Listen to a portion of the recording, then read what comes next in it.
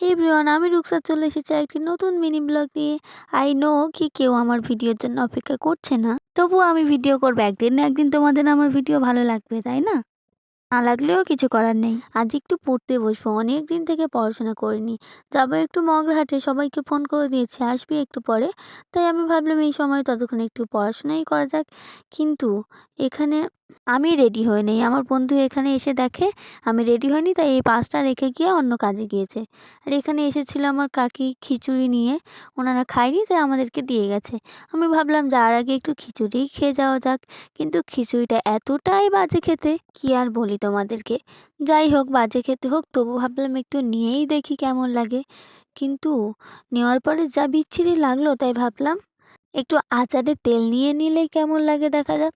মা তো খালি বলে আচারে তেল নিয়ে খেতে ভালো লাগবে, তাই মায়ের কথা শুনে একটু তেল নিলাম। কিন্তু তারপরেও আমার একটুও ভালো লাগেনি। ভাবলাম একটা আমও নিয়ে নিই, কিন্তু যে জিনিস ভালো নয় কোনো মতেই ভালো লাগবে না। আর আমি এখানে খাওয়া শুরু করলাম, কিন্তু আমি একটুও খাইনি, সব আমার বন্ধুকে খাইয়ে দিয়েছি। ওর আবার নাকি এই মুটমুটে এটা ভালো লাগছিল। আর এখানে আলুগুলো এতটাই বাজে কাঁচা।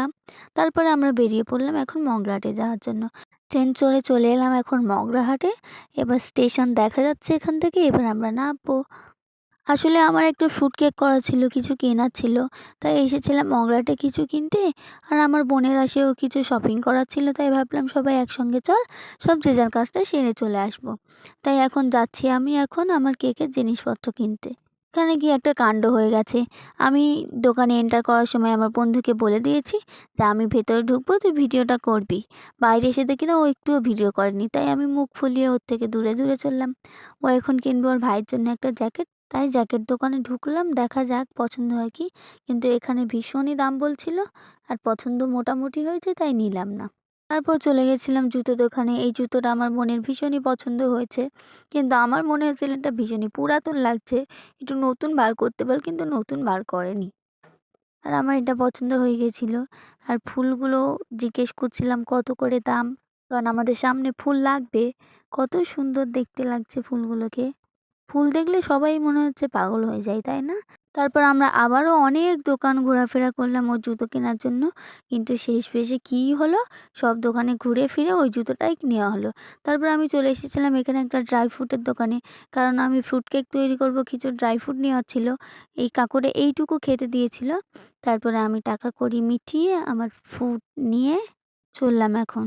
আর এই যে ড্রাই ফ্রুট আর কিশমিশটা নিয়েছি, আমি এর আগে ড্রাই ফ্রুট কোনো দিন কিনিনি, তাই এত দাম আমি জানতাম না। যাই হোক, এখন ডিসেম্বর মাস, তাই ক্রিসমাসের সব কিছু ডেকোরেশন হচ্ছে সব জায়গাতে। আর এখানে ওর ভাইয়ের জন্য জ্যাকেট কিনছিল, এই দোকান থেকেই ওর ভাইয়ের জ্যাকেটটা নেওয়া হয়েছে। তারপর আমরা সবাই চলে যাচ্ছিলাম বাড়িতে। এখানে এই মচমচে খাজাটা দেখে সবাই নিয়ে নিলাম এক প্যাকেট করে, বাট আমি নিইনি, ওরা নিয়েছে। তারপরে বাড়ির দিকে রওনা দিলাম। ওই যে ওই সামনে যে পুকুরটা রয়েছে, ওই পুকুরের সামনেই আমাদের বাড়ি। ওই যে দেখা যাচ্ছে আমাদের বাড়িটা। যাই হোক, আমি এসে এখন বার করছি আমি যেটা যেটা নিয়েছি আমার জিনিসপত্রগুলোকে। এখানে বাটার পেপার রয়েছে, ক্লিন র্যাপ রয়েছে, আমার ফ্রুট কেকের বক্স রয়েছে, তারপরে বাটার রয়েছে, অনেক কিছু নিয়েছি। আমি যখনই দোকানে যাই একটা লিস্ট করে নিয়ে যাওয়া দরকার, কিন্তু আমি নইলে সব একটা না একটা জিনিস ঠিকই ভুলে চলে আসবো।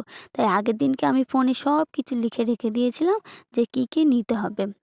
আর এই যে বাটারটা, আমুলের বাটার ছিল না হয়তো, তাই দেয়নি।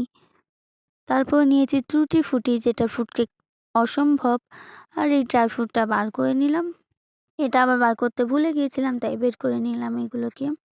তারপরে আমি এখন চললাম ছাদের উপরে একটু অ্যালোভেরা কাটতে, কারণ আমার অ্যালোভেরাটা ভীষণই প্রয়োজন ছিল, তাই অ্যালোভেরা কাটতে শুরু করে দিলাম।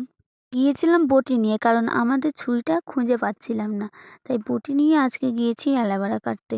আর এই অ্যালোভেরা কাটাটা তো আমার ভীষণই ভালো লাগে। আর আমাদের ছাদে এখানে হয়েছে কুমড়ো শাক আর পালং শাক।